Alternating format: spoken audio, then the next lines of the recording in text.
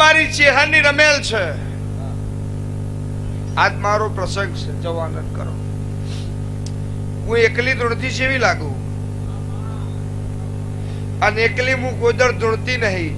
એકલી કદી ભુવાન ખાવા નહીં દેતી, એકલી કોદળ બેહવા નહીં, એકલી ધૂણે.